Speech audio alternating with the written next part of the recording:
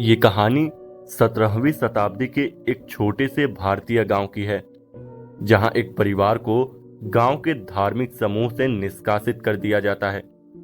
ये परिवार भगवान में असीम आस्था रखता है, लेकिन गांव के पुजारी के साथ विवाद होने के कारण उन्हें गांव से निकाल दिया जाता है।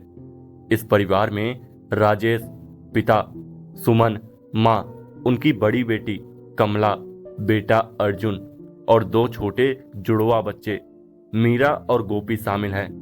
गांव से निकाले जाने के बाद परिवार जंगल के किनारे एक सुनसान स्थान पर रहने लगता है, जहां वो अपने जीवन को फिर से बसाने की कोशिश करते हैं। ये जगह अजीब और रहस्यमयी होती है। राजेश का मानना है कि वो भगवान के आशीर्वाद से यहाँ पर भी एक नई शुरुआत कर सकते हैं, लेकिन उनकी बेटी कमला को इस जगह के बारे में बुरा महसूस होने लगता है।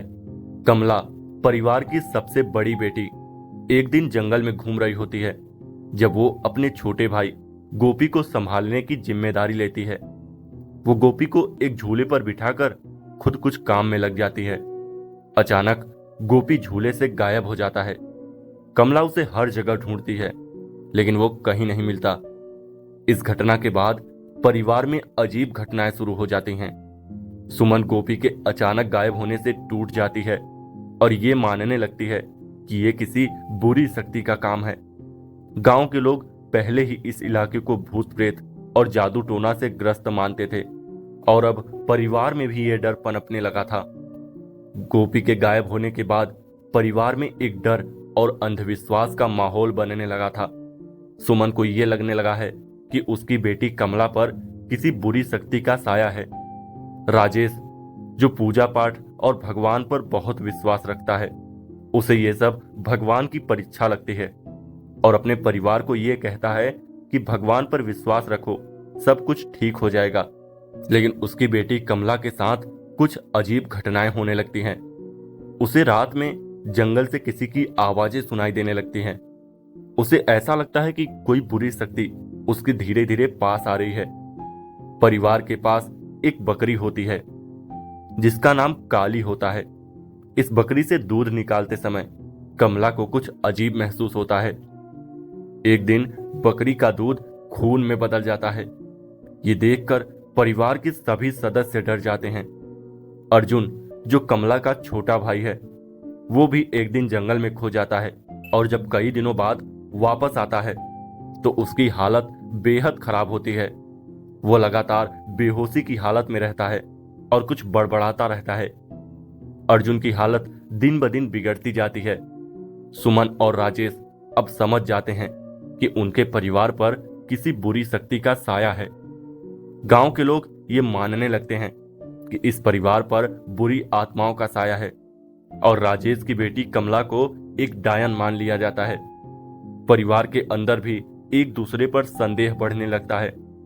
सुमन और राजेश के बीच झगड़े शुरू हो जाते हैं और सुमन को ये यकीन हो जाता है कि उसकी बेटी कमला के अंदर ही कोई भूत प्रेत है। एक दिन सुमन कमला को डायन मानकर उस पर हमला करने का प्रयास करती है, लेकिन कमला किसी तरह बच जाती है। और इधर अर्जुन, जो लंबे समय से बीमार था, अचानक एक दिन पूरी तरह से बेकाबू हो जाता है। वो अपने बिस्तर पर खून उगलते हुए मर जाता है। इस घटना से परिवार पूरी तरह टूट जाता है। राजेश अब समझ जाता है कि उनके परिवार पर कोई बहुत बड़ी विपत्ति आ चुकी है और इसका समाधान केवल किसी तांत्रिक या पुजारी के पास ही हो सकता है। जैसे जैसे समय बीतता है, परिवार की स्थिति और बिगड़ती जाती है। राजेश और सुमन दोनों के मानसिक और शारीरिक स्वास्थ्य पर बुरी तरह असर होता है। एक दिन उनकी बकरी को अचानक पता नहीं क्या हो जाता है और वो मीरा पर हमला कर देती है। इसमें मीरा की मौत हो जाती है। उनकी बेटी कमला अब पूरी तरह अकेली पड़ जाती है। उसे लगता है कि वो इस बुराई का सामना अकेले ही करेगी। कमला को यह एहसास होता है कि उसकी अपनी शक्ति है। वो जंगल में उस बुरी आत्मा का सामना करती है जो उसके परिवार को नष्ट कर रही थी। ये बुरी शक्ति, जिसे गांव वाले चुड़ैल कहते थे, कमला के सामने प्रकट होती है और उसे बताती है कि वो हमेशा से उसके परिवार के पास थी। कमला का सामना उस चुड़ैल से होता है और वो उसे अपनी शक्ति से हरा देती है। लेकिन कहानी का अंत एक अजीब मोड़ पर होता है। कमला अपने घर लौटती है, लेकिन उसके चेहरे पर अब कोई डर नहीं होता। ऐसा लगता है वो खुद ही चुड़ैल बन चुकी है। तो दोस्तों, कैसी रही ये कहानी कमेंट करके जरूर बताइएगा।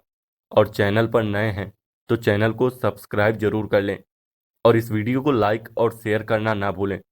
चलिए मिलते हैं किसी और कहानी में। तब तक के लिए बाय।